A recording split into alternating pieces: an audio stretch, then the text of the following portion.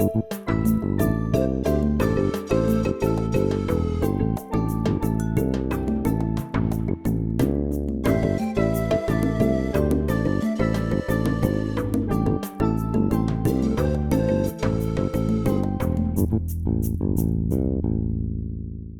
fois par an, dans le port de Vannes, se concentre une population d'extraterrestres. Il faut bien les appeler comme ça puisqu'ils sont dotés du pouvoir surhumain de courir sans jamais s'arrêter. D'ici quelques minutes, ils vont partir pour un tour du golfe du Morbihan. Vannes, L'Armor-Baden, Auray, Crac, Locmariaquer, Sarzeau, Saint-Armel et Vannes, 177 km, 4 marathons bout à bout, un enfer au paradis.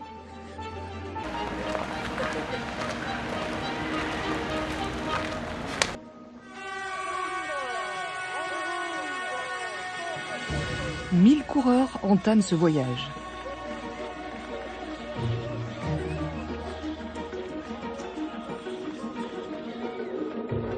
Ils traversent Vannes, une petite cité et autrefois une capitale, celle des États de Bretagne, avant que Rennes et Nantes ne se disputent la préséance.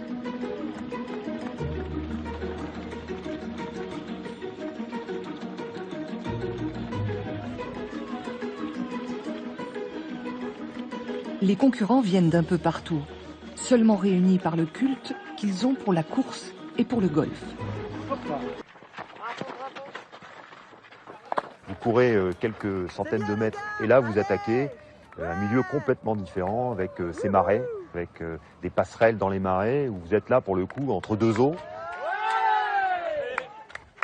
Le golf c'est quelque chose de vivant en permanence. Vous avez une grande diversité qui fait qu'à chaque moment vos sensations sont aiguisées par quelque chose de neuf.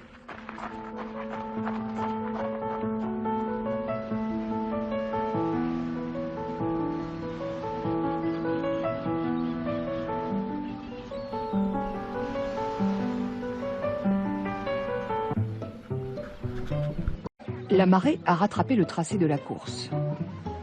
Voici les concurrents, obligés de mettre les pieds dans l'eau.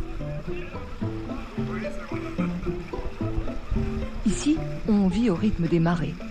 Ces marées qui firent tourner pendant des générations les moulins du golfe.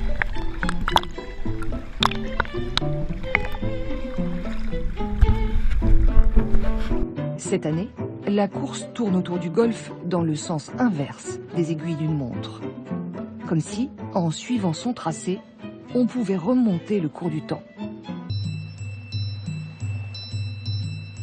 Pendant ce temps, les coureurs tournent toujours autour du golfe comme autour du cadran.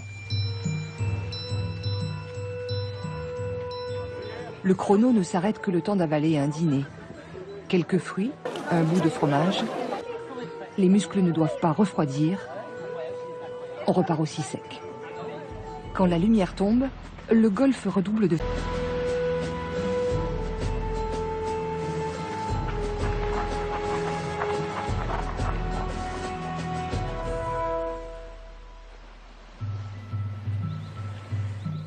À la nuit tombée, quand le trait de côte disparaît, l'eau et la terre ferme s'entremêlent plus encore. On traverse une forêt qu'on devine. On longe une plage sans la voir. On atteint un port comme après une traversée. Et sur le pont du Bonneau, on fait le plein d'énergie avant de repartir dans le noir.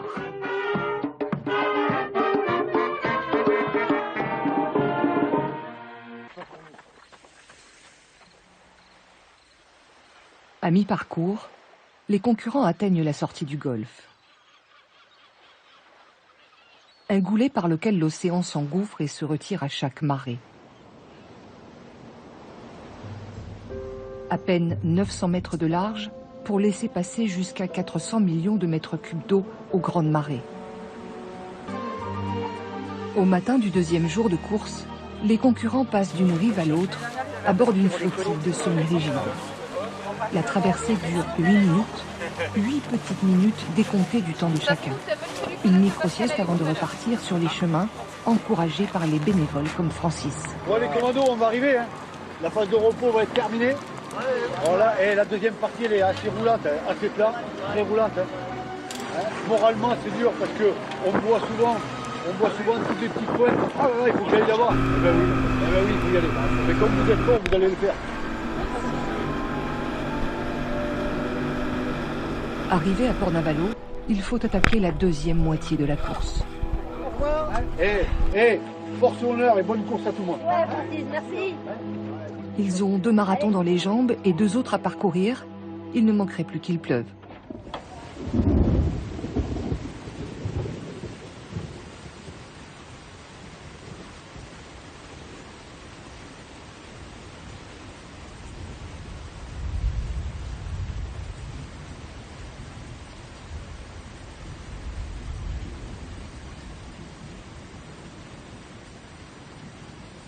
Par ce temps, seuls les plus coriaces ont une chance.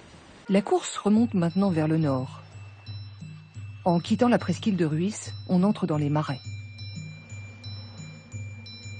Près de la moitié des concurrents ont déjà abandonné.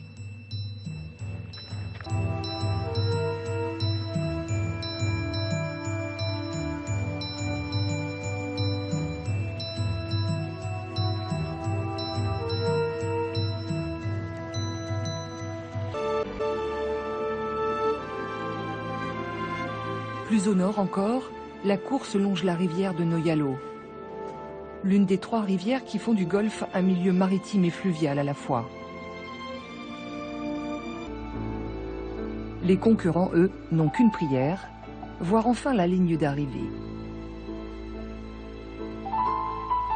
Les plus tenaces atteignent Séné, puis c'est l'embouchure de la rivière de Vannes, jusqu'à la cité capitale du Morbihan. Enfin, la boucle est bouclée pour le colonel. Il a fait le tour d'un monde.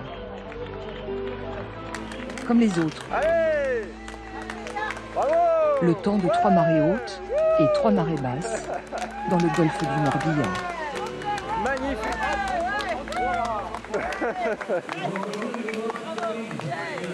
Bravo les gars.